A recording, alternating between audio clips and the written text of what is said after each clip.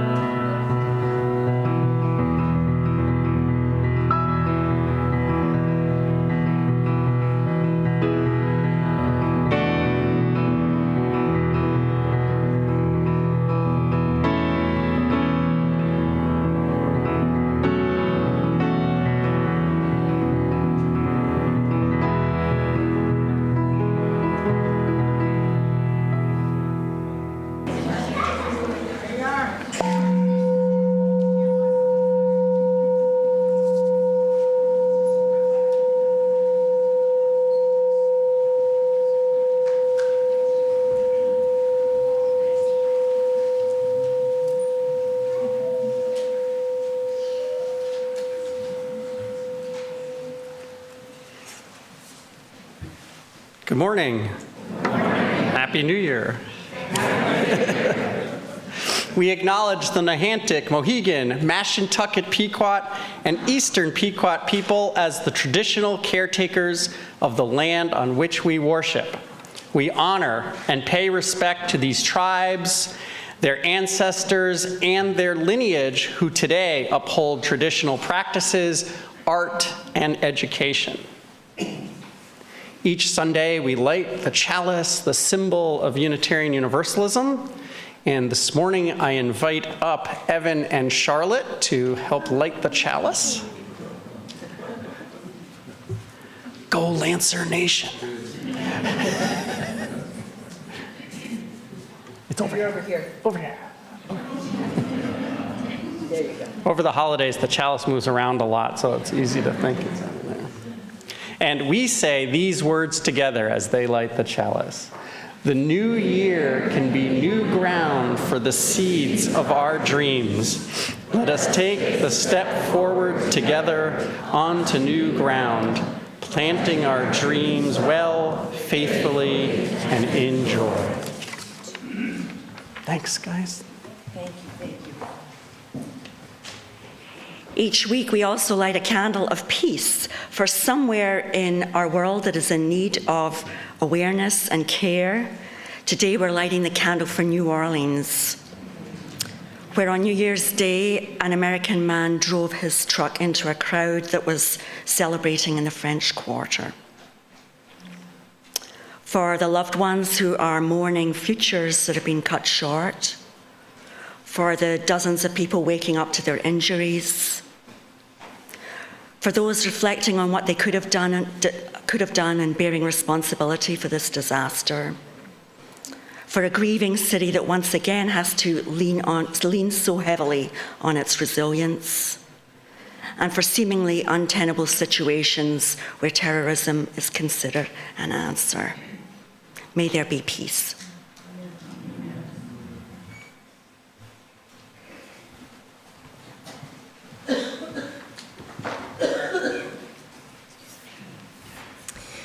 The story for all ages this morning is one that we have shared for this first service of the year for quite a number of years.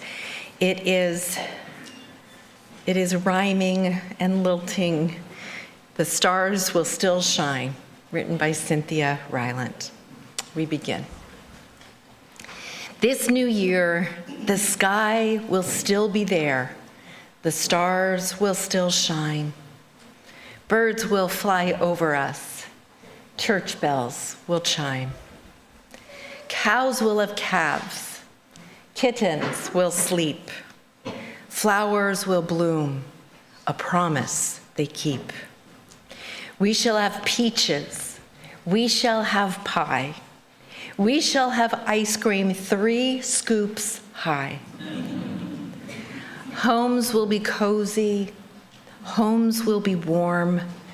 We'll curl up together when rain makes a storm. And in this new year, love will be strong, growing and growing all the days long.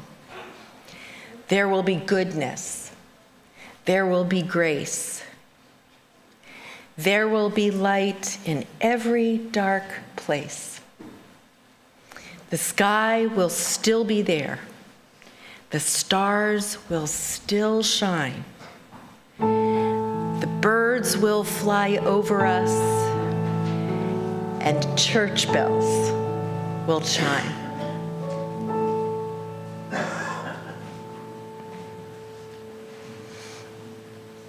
It's as much a prayer as it is a story, right?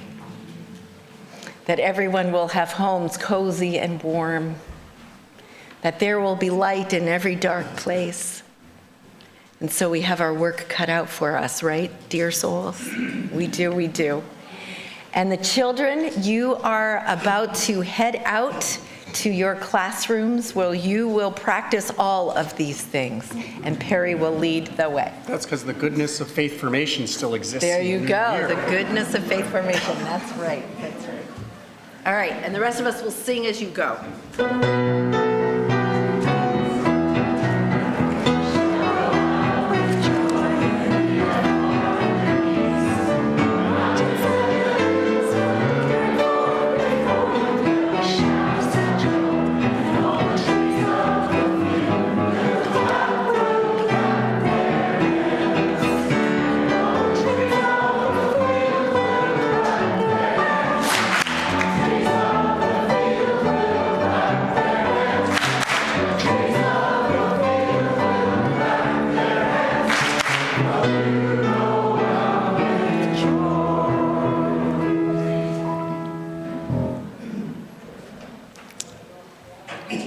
Each week when we gather, one of the ways that we tend to the fabric of community is to bear witness to what is going on in one of another's lives, the joy and the sorrow both. And these can be shared in 3 ways. If you're on the online pews, you can write in the YouTube chat what you would like to have shared here in Unity Hall this morning. And those of you in Unity Hall, you can also write in this book, which sits in the lobby. And everyone can email belovedcommunity@allsouls.net. And now, those of you in Unity Hall, you are invited to come forward as you're so moved to light a candle of intention. And if you're at the front of the line, if you would move forward so that the line will flow, that would be great. The circle is open. Your joy, your sorrow is welcome here.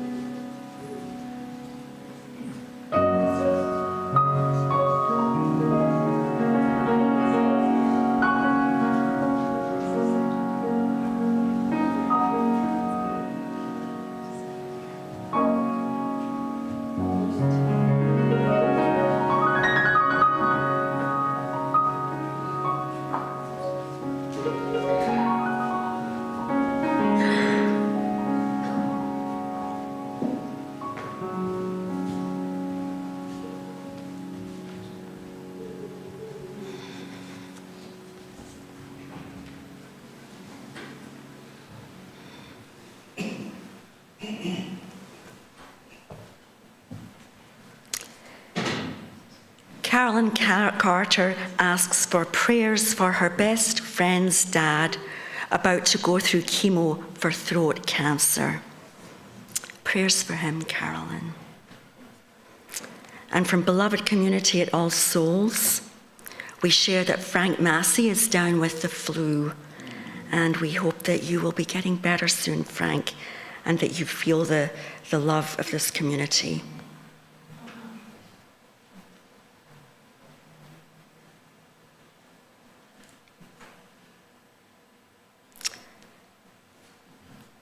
A prayer of joy for Judy Behan, that the Social Security Fairness Act will be signed by President Biden at 4:00 today. This impacts many educators and public servants. Judy, we join you with joy. From Adam, still feeling the sadness of the loss of his friend House the Sunday before Christmas. But I have a lot of joy and happiness for the return of Perry's snazzy jackets.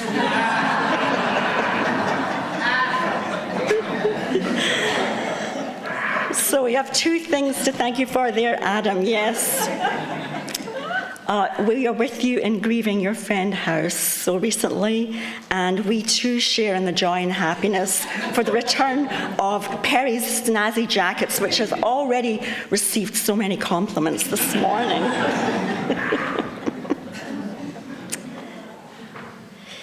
And Sandy Cohn says she expresses joy for a very special holiday season for her. Slow and peaceful, and she's moving her camels and kings for Epiphany. We join you in your joy, Sandy. And Vanessa Hawk, our online greeter, says she's very thankful for All Souls and the online community that has connected her with all of you from so far away. And we likewise are grateful, Vanessa, for that community and for how you have really helped that connection.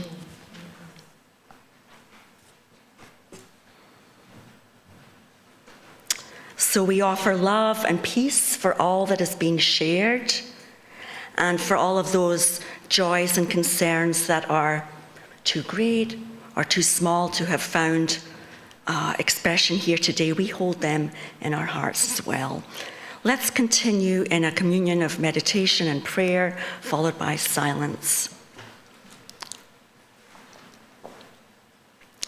Spirit of life, named and unnamed, we bring our hearts and minds together in this assembly of open hearts and minds in this beloved community.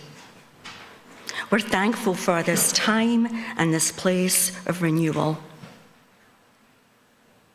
May we cultivate here in this space, online and in person, within each of us and in community.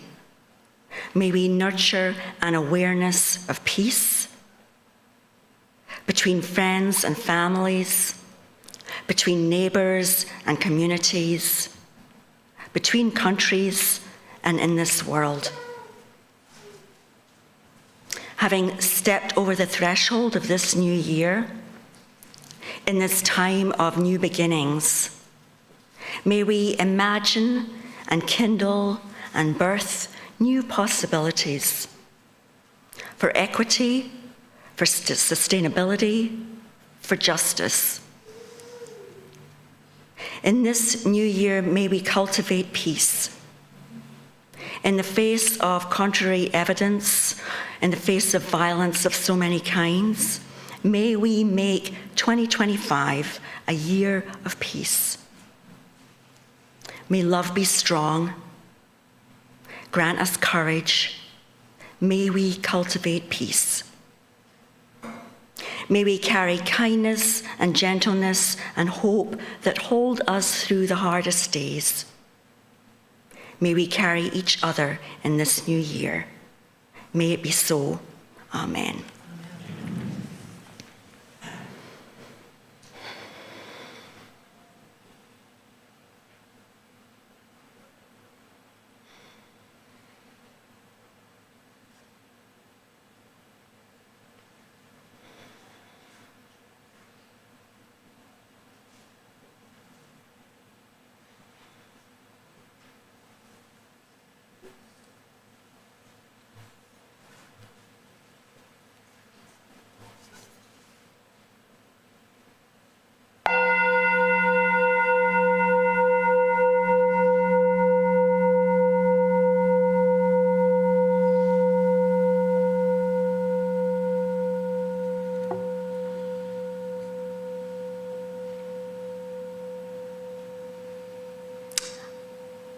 I invite you to remain seated as we join our voices together, singing Comfort Me.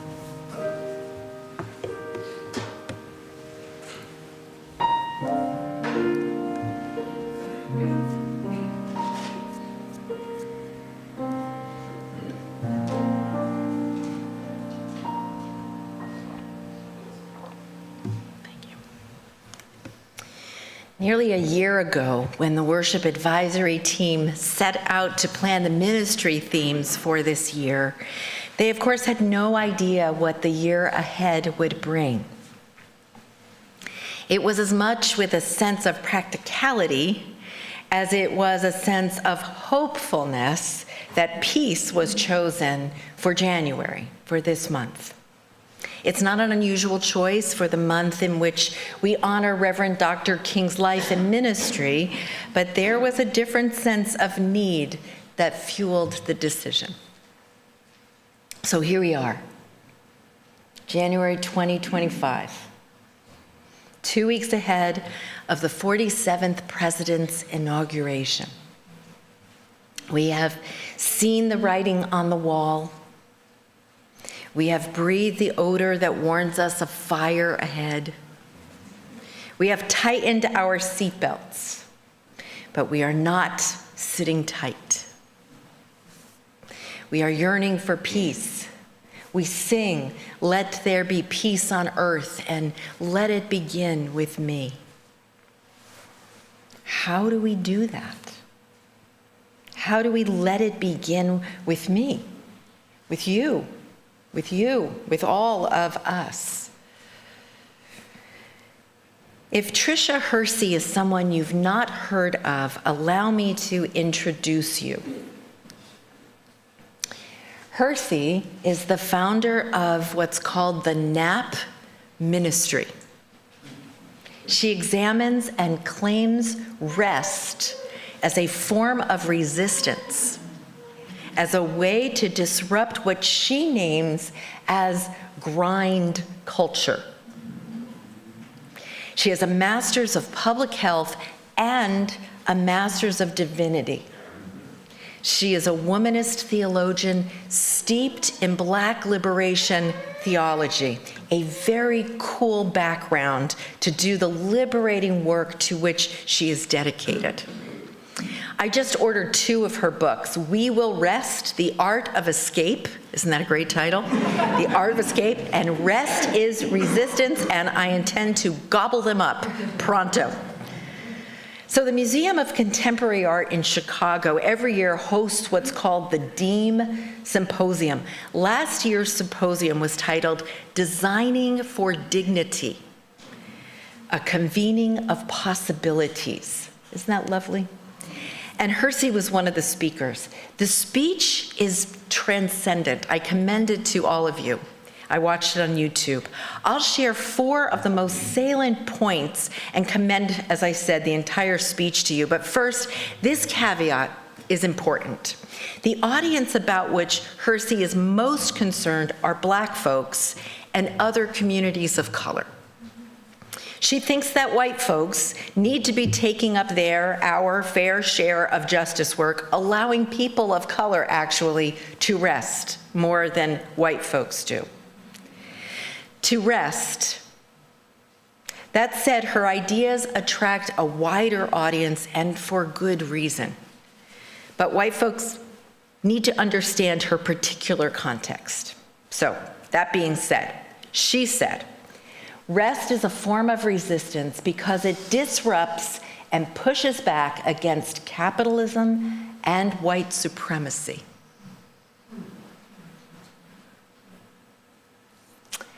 Our bodies are a site of liberation. Naps provide a healing portal to imagine, invent, and heal. Our dream space has been stolen, and we want it back. And we will reclaim it via rest. So 1, 2, 3, 4. We could do a whole lot of talking about each one of these points individually. And at the center of all the talking would be the radical notion that to rest is a radical notion, is a radical act. Contrary to all that we have been taught as true. Exhaustion should not be considered a badge of honor. Without rest, we are committing violence to our bodies, our sacred home, after all. We are saying that our bodies somehow don't belong to us, and that is a kind of spiritual death, I think. Hersey points out that everything in our culture tells us to keep going, to sleep when you're dead. You've heard that phrase, right?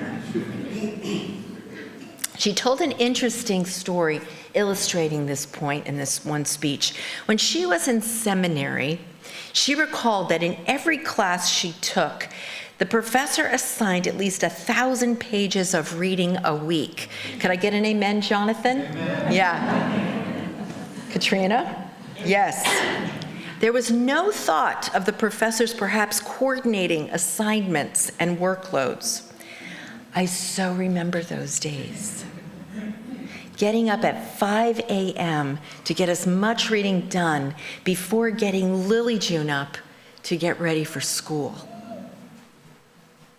I had to read in such a way to absorb the thinnest of meaning. Maybe not what you want to hear from your minister, but it's true. The thinnest of meaning while intensely plowing through. It took me years, I'm telling you, to stop reading as though there was some manic academic gremlin breathing down my neck. There's something so wrong about that whole picture. That particular and ironic setting perpetrating a kind of grind culture, however steeped in theology.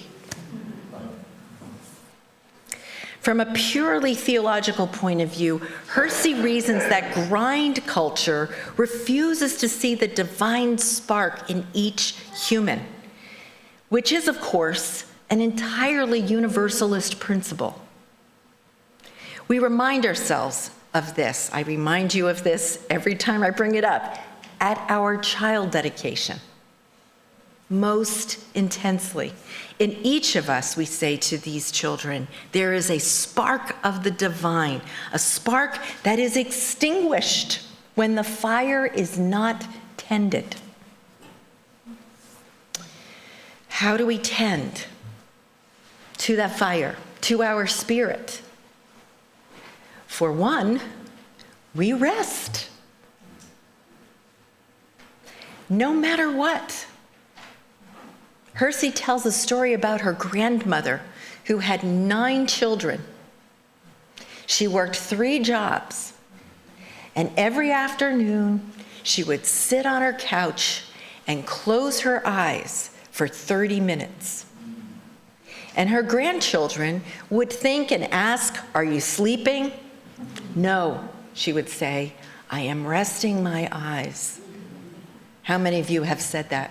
Mostly to young children. I am resting my eyes. That's rest. We claim our peace as necessary in order to simply go on, at the very least. We claim our peace as necessary to thrive and bloom at the very most. But we don't bloom in isolation. So now I'm going to shift to another strategy. We bloom in relationship to other people, in relationships to those we know and we love in the here and now, in relationship to those who have died and gone before us, for we're still in relationship with those beloveds, right? We bloom in relationship to those whose paths we cross by happenstance, just once even. We are connected to all and to everyone, and that's universalist theology for you. The poet, Rosemary Watala Tromer, a poet I just discovered. Do you know her, Charlie? Oh my goodness. She has something to say about that, about the invisible ties that connect us all to each other. And she names this connection as the safety net. And Katrina will share with you now.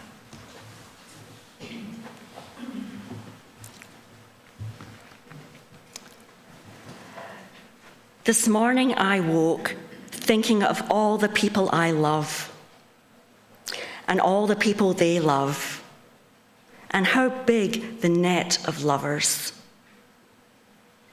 It felt so clear.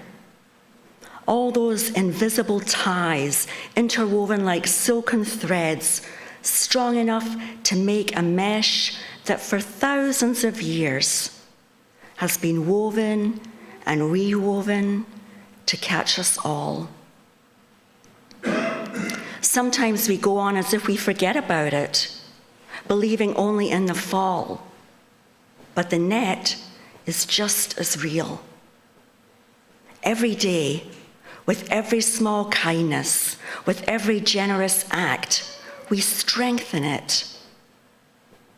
Notice, even now, how as the whole world seems to be falling, the net is there for us as we walk the day's tightrope.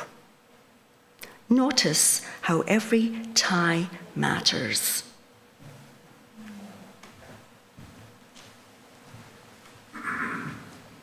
Isn't that gorgeous? Notice even now how as the whole world seems to be falling, the net is there for us. As we walk the day's tightrope, notice how every tie matters. I have long thought about the net that is there for all of us. I have long thought creating peace both within and beyond the walls here at All Souls, and metaphorically within and beyond the walls each of us builds in our own hearts and souls. I have long thought, how do you create peace in that way? How do you do so now in this moment when despair and hopelessness is as seductive as they have ever been. We begin with peace, our own peace, and then we rise. We connect with others in more meaningful ways than we have ever before done, ever before this moment. Remember the Sunday after the election when I said that the one way forward will be to love each other even more fiercely than we've ever done before? Remember that I said that? I meant it, in case you were wondering.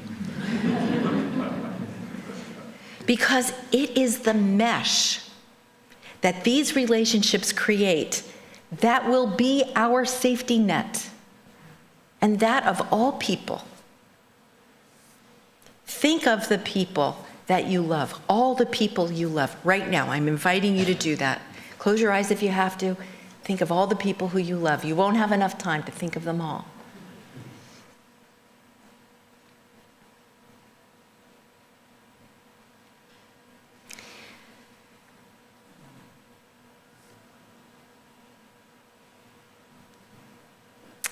Now think about all the people that the people you love.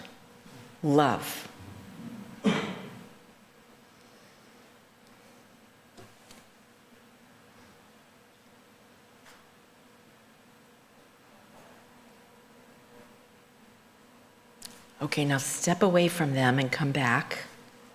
I hope that, like the poet, that it feels clear to you.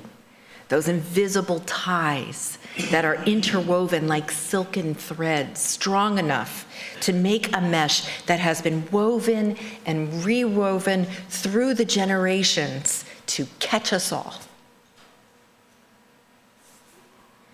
And I hope you remember that safety net in the dark days that will surely come, as they always do. But now with a ferocity for which we must ready ourselves and prepare as a faithful congregation committed to peace within and beyond these walls.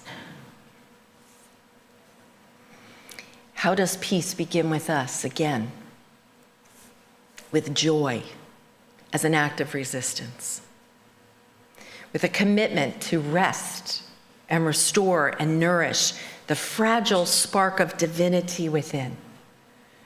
It begins by strengthening our connections to each other, which takes courage and a willingness to be vulnerable. As you are a courageous lot through whom I've witnessed a spectacular willingness to be vulnerable in the pursuit of connection, I have an invitation for each one of you. As always, you are permitted to pass if you prefer. And here's the invitation. Those of you here in Unity Hall, you all received a small piece of paper when you arrived this morning, asking on this piece of paper for your name, address, and phone number. Those of you in the online pews, I'll have instructions for you in a moment. Just hold on. All Souls' involvement in the Interfaith Covenantal Initiative, ICI, has had participants engage in one-on-one conversations. Why? To build community, because you can't do justice work in a vacuum. You have to actually know the people who you are partnering with, right? The way to build community, shocking though it may seem, is to talk to each other. So for example, at the conclusion of every clergy meeting, we pull a name from a hat and we commit to getting together for coffee or for lunch or to go for a walk together, whatever, to talk, to do just that, to get to know each other. And we've been doing that for 2 years, and it is wonderful. It has changed the feel of our relationships and our work. The ICI leaders here at All Souls, Charlie Schott, Linda Sargent, I don't think Suzanne is here today, Suzanne Colton-Carey, and Judy Kermsey, right here, did the same last summer, arranging one-on-one conversations with the board and the council. Now, the council, for some of you who may not know, are the chairs of committees and different teams here in the congregation. This effort was undertaken for one sole reason: to build and strengthen our connections. So that's done in a whole host of ways here at All Souls. I know that. Sharing circles, together sharing the work of the congregation, lifespan, faith formation opportunities, circle suppers, book club, choir, and none perhaps more than when we gather here on Sunday morning to worship together, right? And of course in the online pews. And this invitation is just one more effort to build up our connections in the face of an administration that has promised to disrupt any progressive effort for a just peace within and beyond our nation's walls. So, if you are willing, here's what we're going to do. Those of you here in Unity Hall, you will fill out the piece of paper you were given and put it in the offering basket when it comes around. And those of you in the online pews, please email Tammy in the office at office@allsouls.net. Adam is going to put that address in the chat. Put community in the email, in the subject, and include your phone number in the email. And then Perry, Katrina, and I will match you with another soul and contact you both via email. You'll figure out how to best to connect. Those in the online pews, for example, Zoom or FaceTime may be your best bet, for example. And we hope that within 2 weeks, everyone will make a plan, okay? So what are you going to talk about? I know you're worried. It's up to you. Talk about your childhoods. Talk about where you grew up, your faith journeys, how you made it to All Souls or Unitarian Universalism if you were raised in a different faith tradition or not in a faith tradition at all. What each of you do for fun. What do you do for rest? What are you watching on TV now? Because I know you watch TV. I watch TV. You may be snobby about it, but I know we all watch TV. What are you reading? Have you seen a good movie lately? What are you concerned about? You can figure that out. 2 of our ICI partner congregations, St. Mark's in Mystic and First Congregational Church of Old Lyme, they've done this and it's worked beautifully, I have been told. So I feel confident that the same will be true here. And if you want to pass, pass. No judgment. It's fine. If it makes you nervous but you can find a way to overcome your nervousness, try to do so. No judgment. Either way. Either way. Don't forget the ties that bind us to each other. Said the poet. Sometimes we go on as if we do forget about it, believing only in the fall. But the net is just as real as that fall. Every day, with every small act of kindness, with every generosity, we strengthen it. Notice, even now, how the whole world seems to be falling. Could I get an amen? Amen. How the whole world seems to be falling. The net is there for us. As we walk the day's tightrope, notice how every tie matters. Every tie matters. Every tie will bring us to a deeper peace within our own hearts and among all of our people, known and unknown. Even now, as the whole world seems to be falling, the net is there for us. Don't forget, dear souls, and rest in heavenly peace. Amen. Amen. I invite you into a communion of silence so that we may rest for a moment together.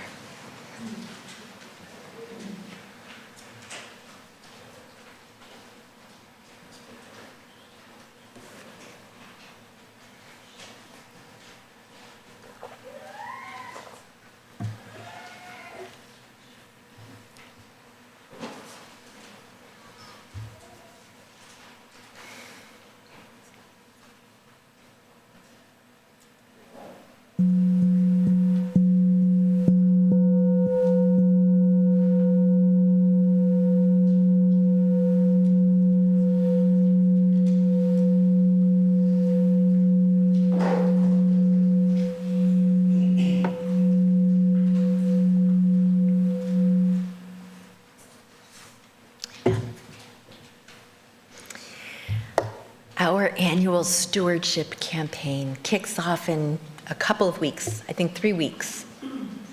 And leading up to that, we have heard from different souls about their inspiration to financially support the work of the congregation.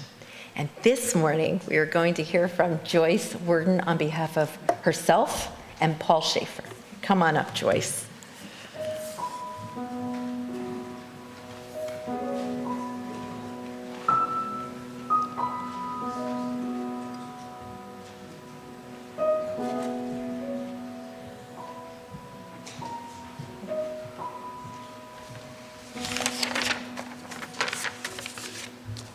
Good morning.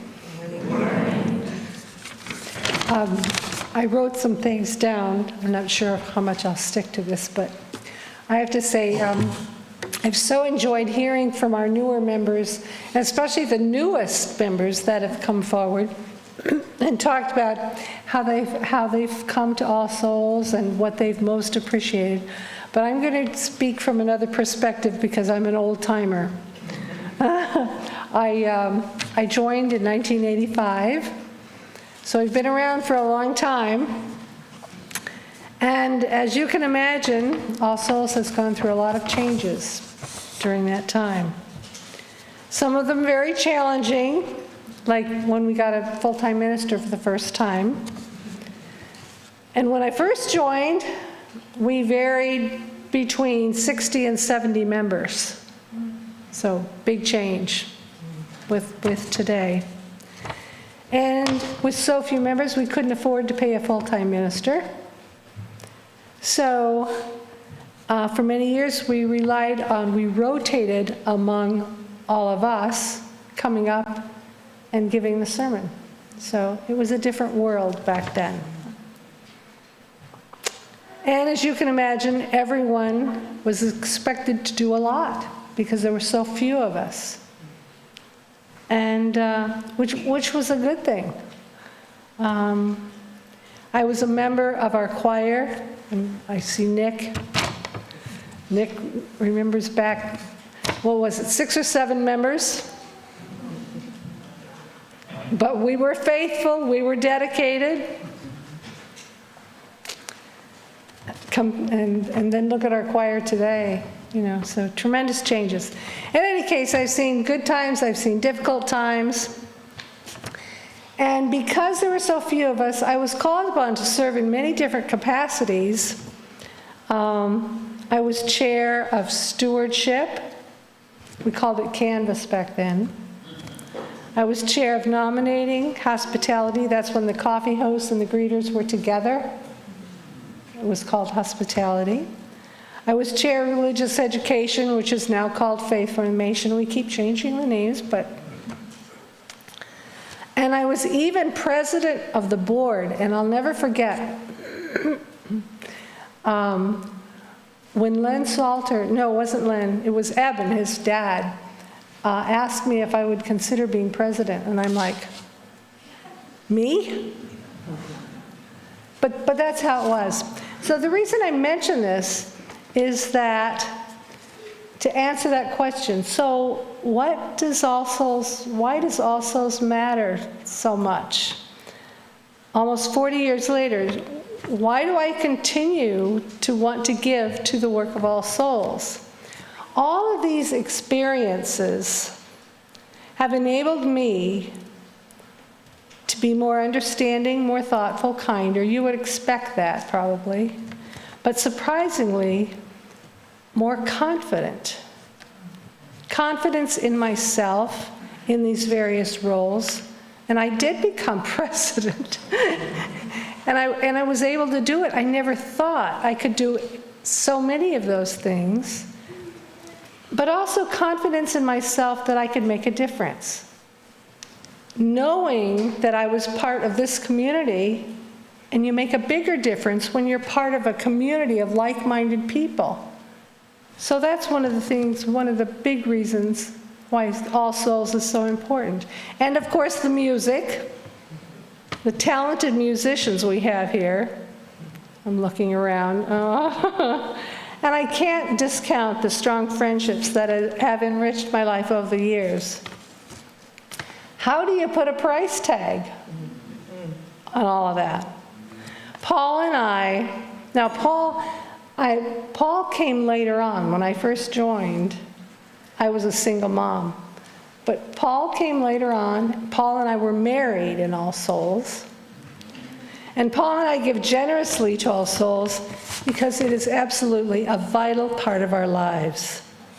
Where would we be without it? Thank you.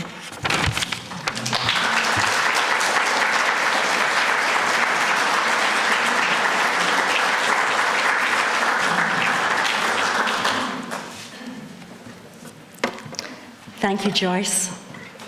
As we think about the ways that we give in community, I remind you again about these slips of paper. If you would like to fill them in and put them in the offering baskets as they come around. If you're in the online pews, a reminder to please send an email and include your phone number in the email with the subject line community. Send it to Tammy at office@allsouls.net. Thank you for that. Please join me in saying these words as we prepare for the offering. We give to the work of All Souls. Our work weaves the fabric of love called community. To this end, we dedicate ourselves, and this our offering. This morning offering is gratefully received.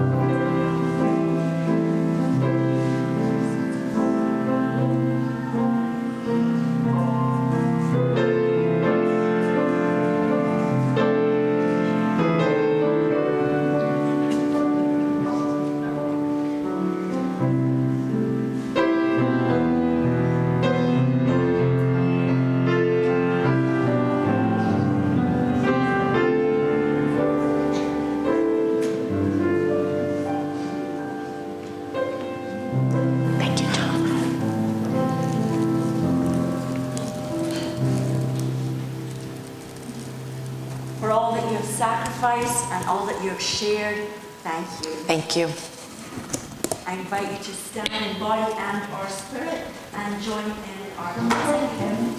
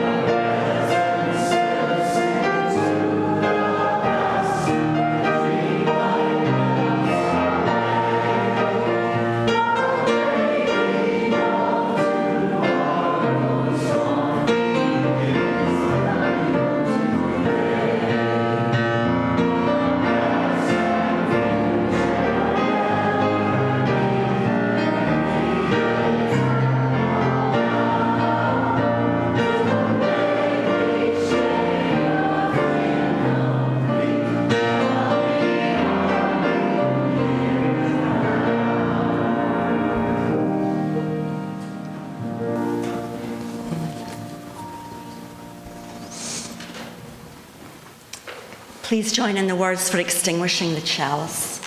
Our worship has ended, but our service is not yet done. May our spirits be renewed and our purpose resolved as we meet the challenges of the week. The chalice flame is extinguished until once again ignited by the strength of our communion. Those of you in the online pews, I invite you to hold your heart and extend another hand out to the world beyond. We feel your presence. And those here in Unity Hall, arms up and out into the world. May each day be complete. Our New Year's vow. There will be goodness. There will be grace. There will be light in every dark place. It is our work to do. Go in peace and return again with great joy. Amen. And let's do the earth kiss. I love that, right? Amen. I invite you to be seated for the postlude.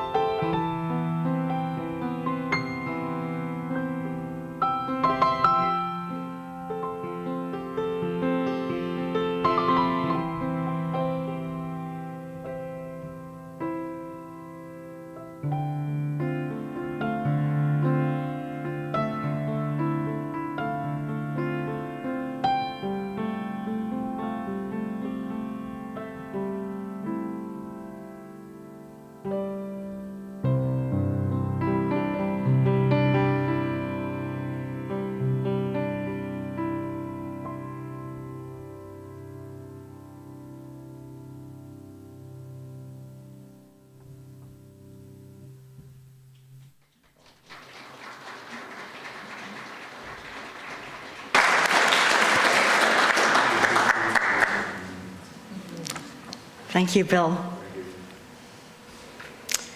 A few announcements. If you are new to All Souls and want to know more about our faith community, please stop by the welcome table, and Lynn will be happy to greet you and answer your questions. If you are interested in exploring membership at All Souls, you are invited to the Becoming and Belonging session, Tea with the Minister, this morning at 11:15 in Vale. And finally, but not leastly, Friday Night Folk is coming up on the 10th, and Jeff Kaufman, a wonderful performer and member of this congregation, will be performing. So that's this coming Friday, January the 10th. call the office to reserve a seat, or buy a ticket on Humanitix.